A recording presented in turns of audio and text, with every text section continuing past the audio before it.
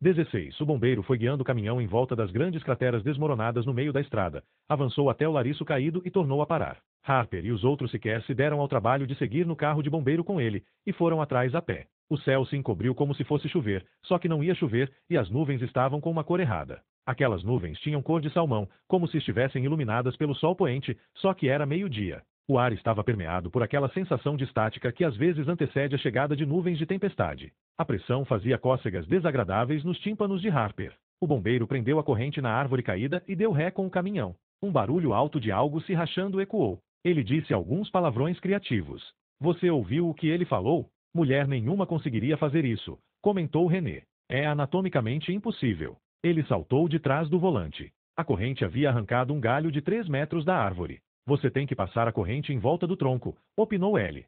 Senão a árvore vai se despedaçar. Nick ficou sentado no para-choque traseiro do carro de bombeiro junto com René e Harper enquanto Ellie e o bombeiro passavam a corrente ao redor da massa central da árvore. Vamos fazer o que é, disse René. 20 perguntas. Quem quer começar? Harper traduziu. Nick respondeu na linguagem de sinais. Ele quer saber se é animal, vegetal ou mineral. Mineral. Mais ou menos. Ai. Comecamos mal. E eles continuaram assim, com Harper fazendo as vezes de tradutora. O é amarelo? Perguntou ela, amando de Nick. É, mas também é meio laranja. Agora ele quer saber se é maior do que um carro.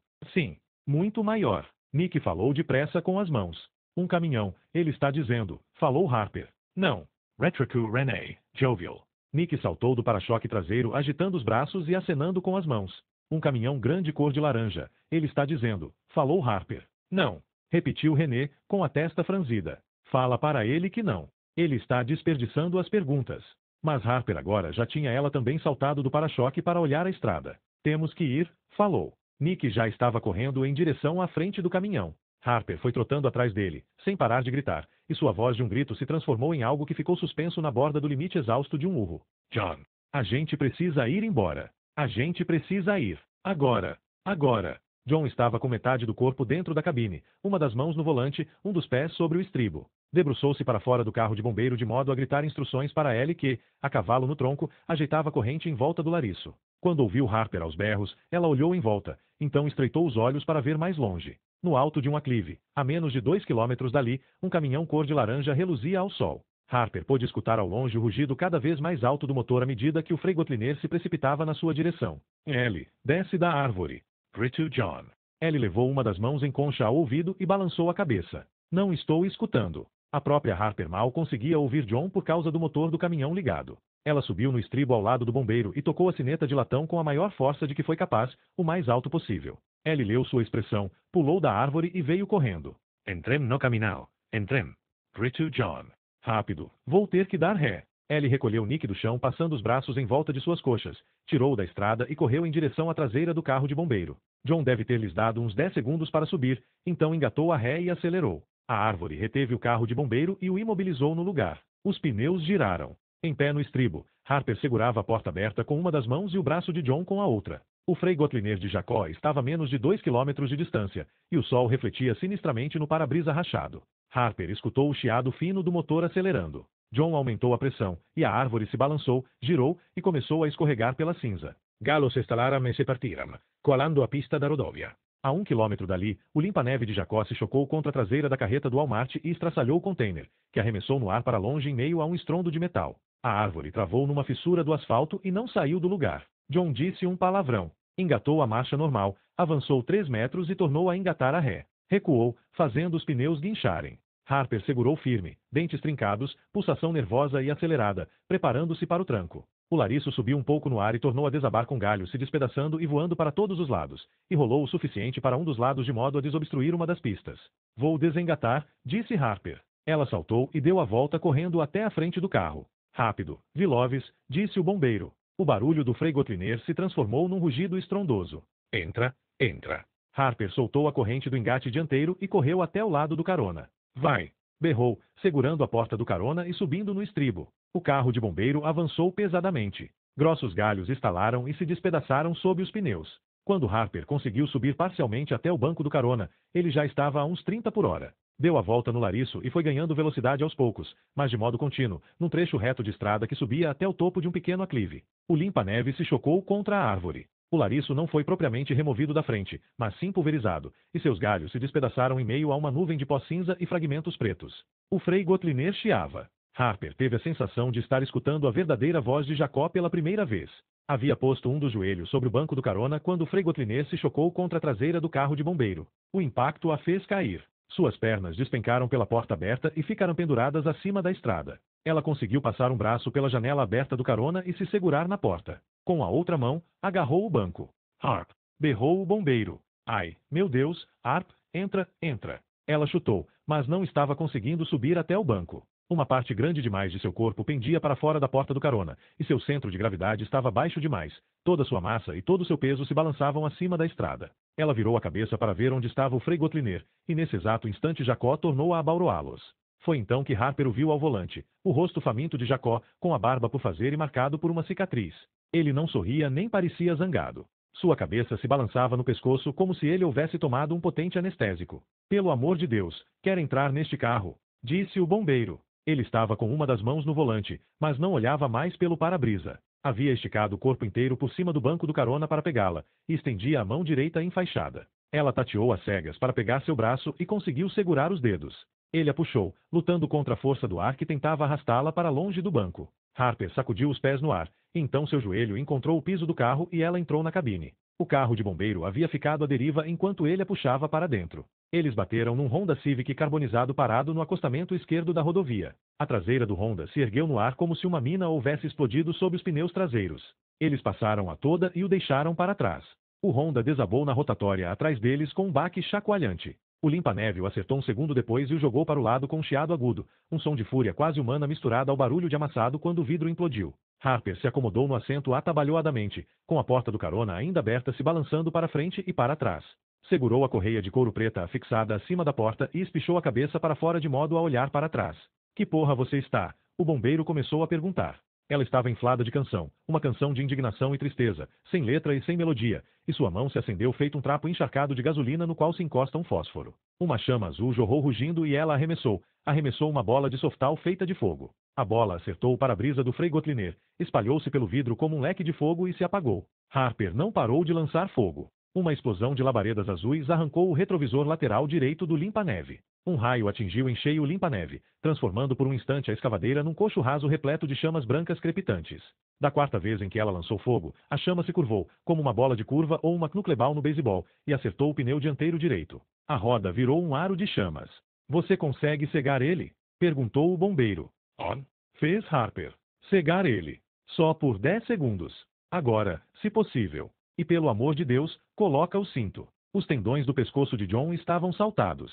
Seus lábios arreganhados formavam um esgar de consternação. Eles estavam subindo uma ladeira em direção a algum tipo de viaduto. A dianteira do carro de bombeiros arrancou e jogou longe uma placa cor de laranja em formato de diamante, um aviso. Harper não teve tempo de ver o que a placa dizia antes de o bombeiro a fazer sair rodopiando. Não se importou com o cinto. Não conseguia prendê-lo e ao mesmo tempo se debruçar o suficiente pela janela para lançar chamas diretamente sobre Jacó ao volante do Frei Gotliner. Pôs a cabeça para fora no ar escaldante da tarde e olhou para o caminhão limpa-neve. Jacó a encarava pelo para-brisa que parecia uma teia de aranha, e cujas rachaduras produzidas por um único tiro de espingarda se estendiam logo à direita de onde ele estava sentado. Harper pensou que Jamie Close havia chegado bem perto de acertar uma bala no pulmão dele naquela noite no campanário da igreja. Inspirou fundo e lançou um punhado de fogo. As chamas acertaram o para-brisa bem no buraco da bala. Espalharam-se para fora, acompanhando as rachaduras, até criarem uma teia de fogo. Um pouco do fogo passou pelo buraco, e Jacó se retraiu e virou a cabeça para o lado. Harper pensou que por um instante ele houvesse fechado os olhos.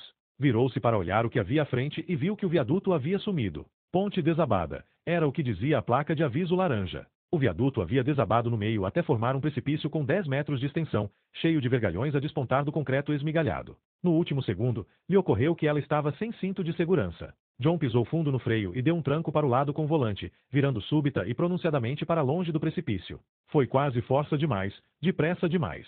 O carro de bombeiro derrapou de lado e os pneus chiaram, um silvo agudo e entrecortado de borracha queimando. Uma fumaça azul emanou debaixo da carroceria. Harper sentiu que o veículo queria capotar. John estava com o corpo inteiro debruçado sobre o volante para tentar segurá-lo. O carro escorregou de lado e estremeceu com a força de uma britadeira. Eu vou perder este bebê, pensou Harper. O Frei Gotliner passou por eles e bateu na sua traseira. O carro de bombeiro rodopiou feito uma porta giratória. Por um segundo, eles ficaram de frente para a direção de onde tinham vindo e continuaram derrapando para trás. A força centrífuga jogou Harper contra a porta do carona. Se ela não a houvesse fechado um segundo antes, teria sido arremessada para fora. O volante girou tão depressa nas mãos do bombeiro que ele o soltou com um grito de dor. Eles estavam olhando novamente na direção de New Hampshire, ainda deslizando pelo asfalto, de modo que Harper não viu quando Frei Gotliner passou por eles e caiu no precipício, despencou 10 metros e aterrissou na pista lá embaixo com um impacto estrondoso que pareceu sacudir o mundo inteiro. Foi como se uma bomba houvesse estourado debaixo deles. Mesmo depois de o carro de bombeiro parar de se mexer, ela continuou com uma leve impressão de que eles ainda estavam girando. Olhou para Ion. Ele a encarou de volta com olhos esbugalhados de assombro. Moveu os lábios. Ela pensou que ele estivesse dizendo seu nome, mas não teve certeza, não conseguia escutar nada com aquele zumbido nos ouvidos. Nick tinha razão. Leitura labial era um troço complicado. Ele gesticulou com as mãos num gesto de quem enxota alguma coisa.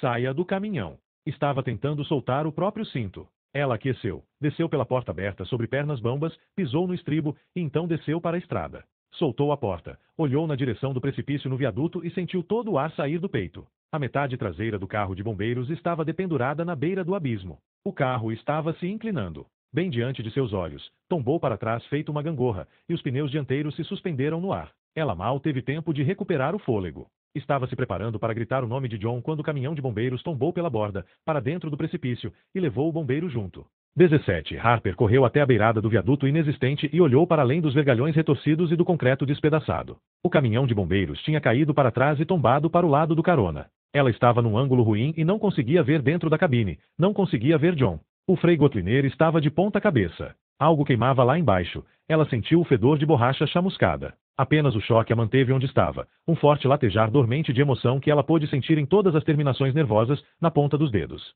Todo mundo morreu, pensou. Todo mundo, todos eles, John, Nick, Ellie e René, e John e Nick e Ellie e René e John e Nick e Ellie e René. Sua garganta doeu e ela percebeu que estava gritando, que havia passado quase um minuto inteiro aos gritos e obrigou-se a se calar. O que precisava fazer era descer até lá. Descer lá e ver o que podia fazer. Virou-se, e quase trombou de frente com Ellie. O rosto da adolescente reluzia de suor, e ela arfava por ter corrido. De onde você surgiu?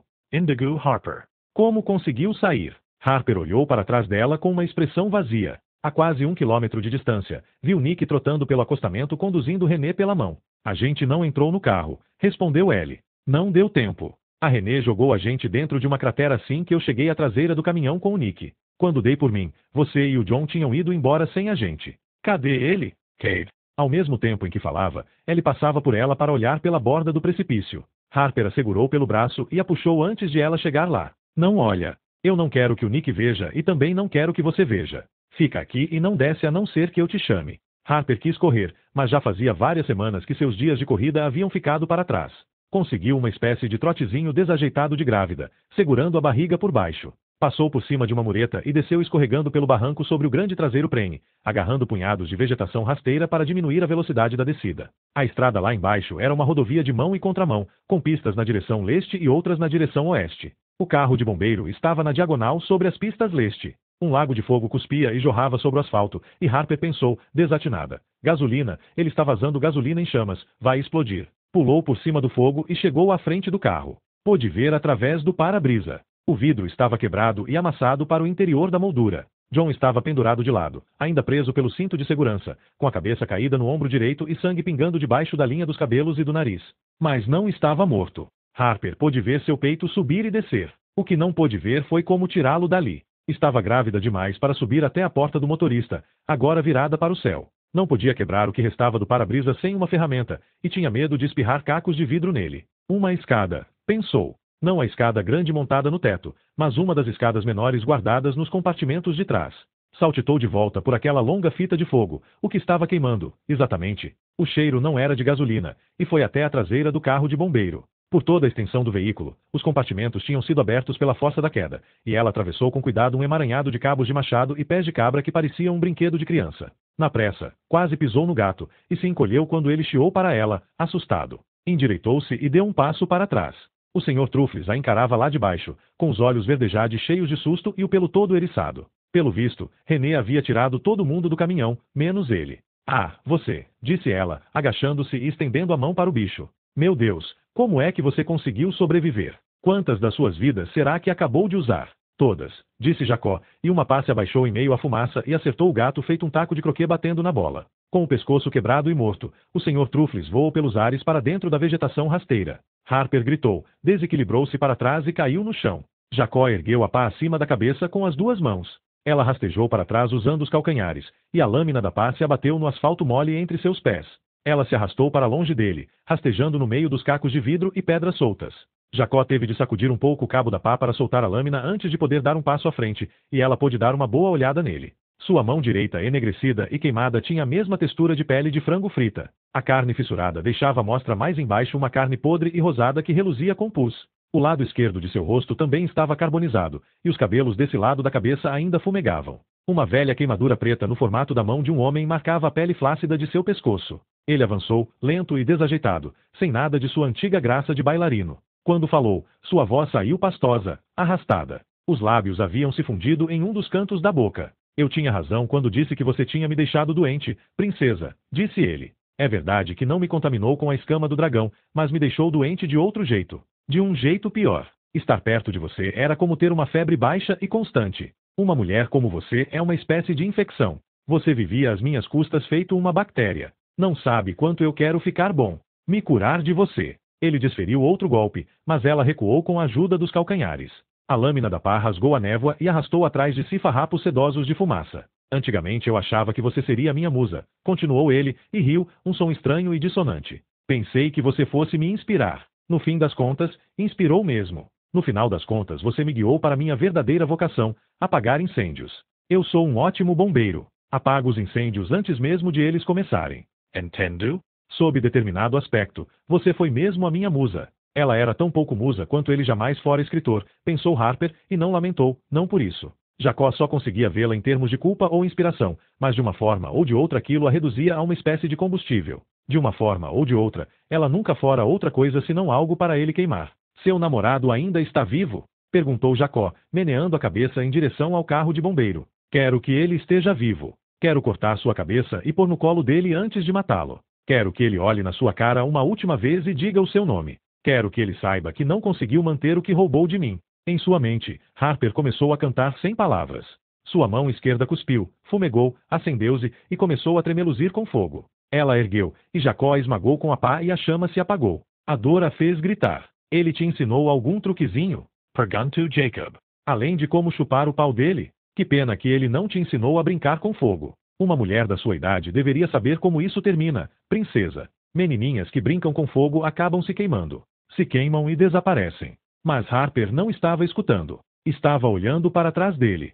Sentiu uma estonteante onda de sangue encher seu coração, e não estava conseguindo respirar direito. Presta atenção em mim, falou Jacó. Pôs a ponta da pá debaixo do queixo dela e a usou para levantar sua cabeça, forçando-a a encará-lo nos olhos. Estou falando com você, princesa. Você sequer escutou o que eu disse?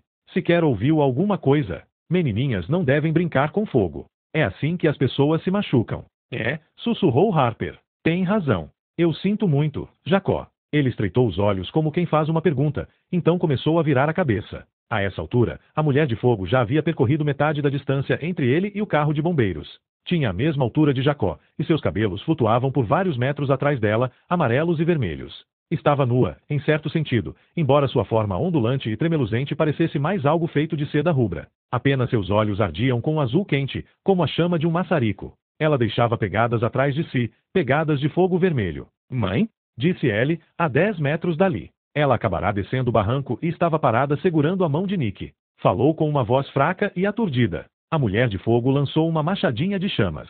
A arma só surgiu no instante em que ela recuou a mão. Acertou Jacó no rosto, e ele gritou quando o fogo se espalhou por suas feições e subiu pelos cabelos. Ela recuou a mão outra vez, e uma nova machadinha de fogo surgiu e saltou do nada para dentro de seu punho fechado. Ela tornou a lançar, chegando mais perto dele. A segunda machadinha o acertou no peito, e o trapo imundo e todo sujo de graxa de sua camiseta pegou fogo. Ele deu um passo cambaleante em direção a ela, mas não conseguia ver nada através da fumaça preta que lhe submergia a cabeça. Ela deu um passo de lado igual a um toureiro. Jacó cambaleou e desabou com um dos joelhos no chão. Ela se abaixou ao seu lado e o segurou delicadamente nos braços flamejantes.